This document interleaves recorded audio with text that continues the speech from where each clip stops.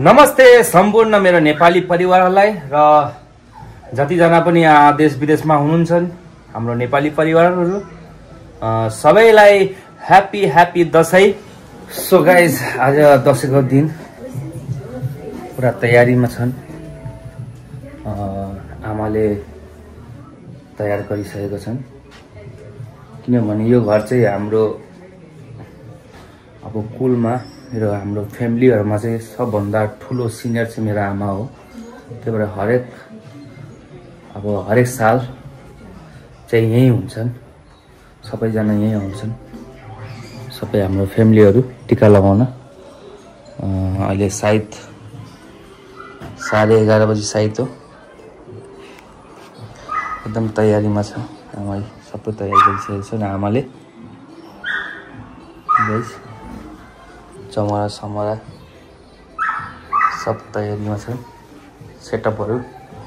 अहिले आउनुहुन्छ अंकल आन्टीहरु सबैजना, दिदी बहिनीहरु सबैजना आउँछन् अनि रमाइलो हुन्छन्, पुरा भरिन्छ। बाबु चाहिँ बाबा हाम्रो फ्यामिलीमा सबभन्दा जेठो छोरा हाम्रो बाबा। मेरो छोरा कार्टुन हेर्दैछन् व्यस्त। कोको मिलन लगाइदियो भने चाहिँ सबैले मजाले काम गर्न पाइन्छ। अब किचनमा जाउँ। किचनमा आमा र श्रीमती मेरो वाइफ, मेरो आमा एकदम खटिराख्नु भएको छ। बिहानदेखि एकदम 5:30 बजेदेखि खटे छन् ताकि सबैलाई दशैंको दिन मिठो खुवाउनको लागि। अनि सोनु के छ? अनि सबै तयारी भइसक्यो? के पर्छ? यो के हो? यो चिकन हो? सबै आज उसले बनाएको आमा हो र? अचार तपाईले? मुखेर आजको कुकम्यान आमाले पनि बनाउनु भएको छ। जति जे गरेर चाहिँ आमाको हात भनेको आमाको हातै हुन्छ। त्यही पनि अलिअलि बढाइ गरिदिनु पर्छ, फेरि अर्को साल नबनाउला भने डर। भैँसीको सुकुटी बफ छोइला। यो खुट्टाको अचार भनेपछि आज दाँतमा धार लगाउने मेसिन पनि ल्याउनु पर्छ। यो भेज आइटम हो आमाको, किनकि आमाको आज यो अचार एकदम यो अचारले गर्दा पनि दशैं आए जस्तो फिल हुन्छ। सलाद अहिले रेडी भएको छ नि। यो के हो आमा तपाईको हो?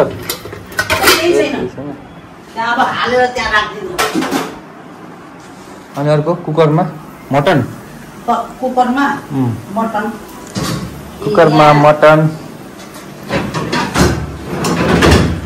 यो खसीको मासु आइटम। यो पापड त अब अघि नै परेछ। यहाँ छ हाम्रो कुकम्यान श्रीमती। कति वर्षपछि आज देवीको अवतार लिएको छ।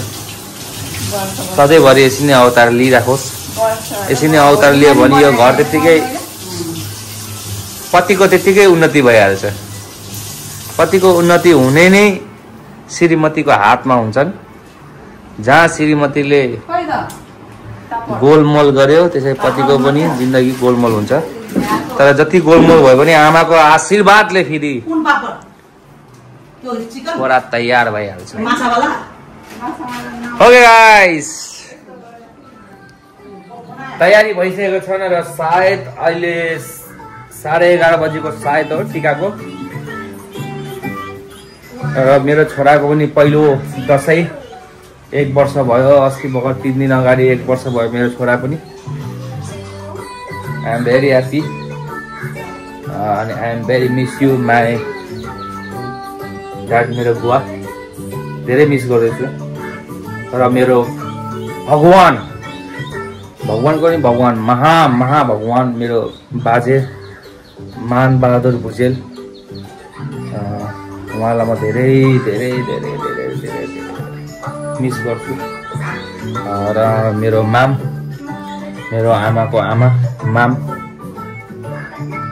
धेरै मिस गर्छु उहाँहरूलाई, किनकि मेरो सानो बचपन हुन्छ नि, जुन बच्चाको जिन्दगी उहाँहरूसँगै उहाँको काखमै, मेरो बाजेको काखमै बितेको हो। Love you mom, love you मेरो माम, मेरो हजुरआमा। मेरो बाजेको फोटो चाहिँ राख्नुपर्ने छ, किनकि यहीँ गरेको छ छातीमा होइन, राख्नै हुन्छ। राख्छु फोटो पनि, ताकि सबैलाई देखाउनु पऱ्यो नि त मेरो बाजे भनेर। आफ्नो लागि त यहाँ छातीमा गराइसकेको छु नि फोटो। ओके गाइस, अब मेरो फ्यामिलीहरू आउँछन्, त्यसपछि फेरि कुराकानी गर्नेछु। सो अहिलेको लागि चाहिँ thank you so much, love you my छोरा। गर्नु हाई भन्नु, हाई हाई हेलो, हामीलाई सपोर्ट गर्नु होला है, सब्सक्राइब गरेर। Love you all.